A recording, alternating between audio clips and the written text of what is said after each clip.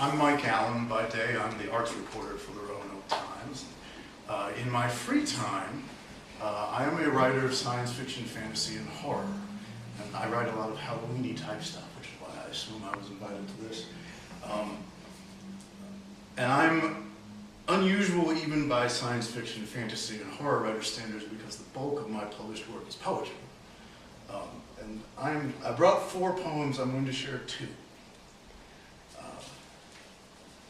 This first one, I feel the need to preface it just a little bit, and I'll preface the other one too.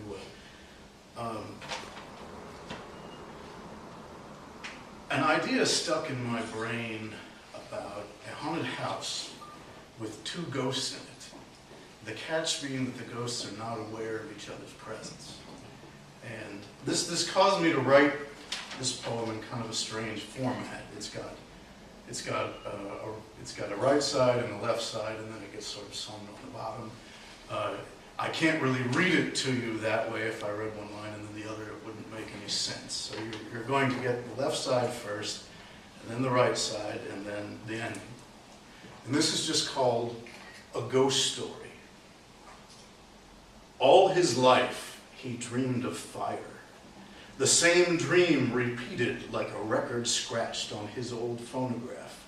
Not an antique when he bought it, that loomed in the living room through the decades, silent, while he passed the days without ripples, save those made in the sheets as he thrashed through sleep. Always the same, his house, the beast he rides but can't control, the wall, the pain and flames. He thought he knew how he would die and feared to drive.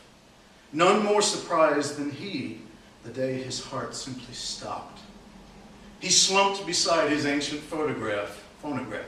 No loved ones left alive to mourn his loss, to wonder at the meaning of his dream.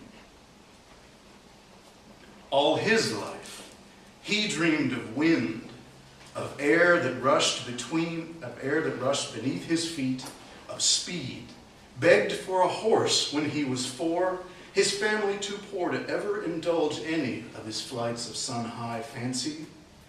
Desire for the chrome sheen that eluded his gray, listless youth drove him to scrimp, to save, to starve, until his first and only love came home one day with sleek lines and unmuffled engine roar. With the wind fighting his every move, he took the turn too fast by the house where they found that old man dead for weeks, forgotten. He fought as other hands manned the controls, the house, the wall, the unbearable final thrill of engulfing flames. What high price paid for a boy's dream. Their ghosts stare blindly from the windows as we pass.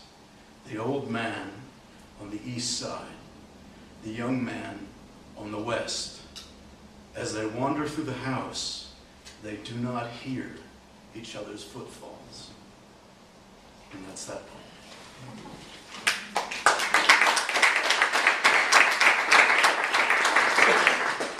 This other one also requires a little bit of a preface. Are any of you familiar with Dante's Inferno? Yes. Okay. I see a couple hands. Well, the Inferno is an epic poem about a tour through hell. I mean, literally through hell. And one of the more famous aspects of it is Dante's description of the gate of hell, which has an inscription over top of it. Abandon all hope, all ye who enter here. Well, I got an idea, what if that gate acted like a metal detector in an airport? And that is what resulted in this poem. It's called The Strip Search. The gate said, abandon all hope.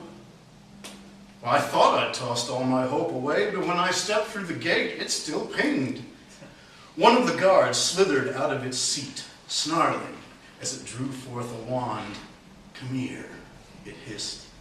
It seems you're still holding out hope. Its crusted hide was a Venus landscape up close, It brushed that cold black wand all over my skin, put it in places I don't want to talk about. Snaggle fangs huffed in my face. Sir, step over here, please. Then the strip search began. My flesh rolled up and tossed aside for mushy sifting. Bones x-rayed, stacked in narrow rows, marrow sucked out, tested, spit back in. They made me open mind, heart, soul, shook them out like sacks of flour, panned the contents for every nugget of twinkling hope, glistening courage, applying lethal aerosol to any emotion that could be ascribed to love or will or malingering dreams, sparing only a few squirming morsels for later snacking.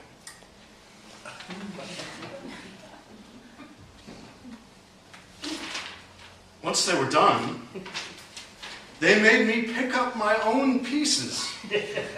I did the best I could without a mirror. Then my guard kicked me out with a literal kick, sent me rolling down the path to my final destination. I'll be honest with you, it's no picnic here, but my friends, I still have hope. I do. I'm not going to tell you where I hid it.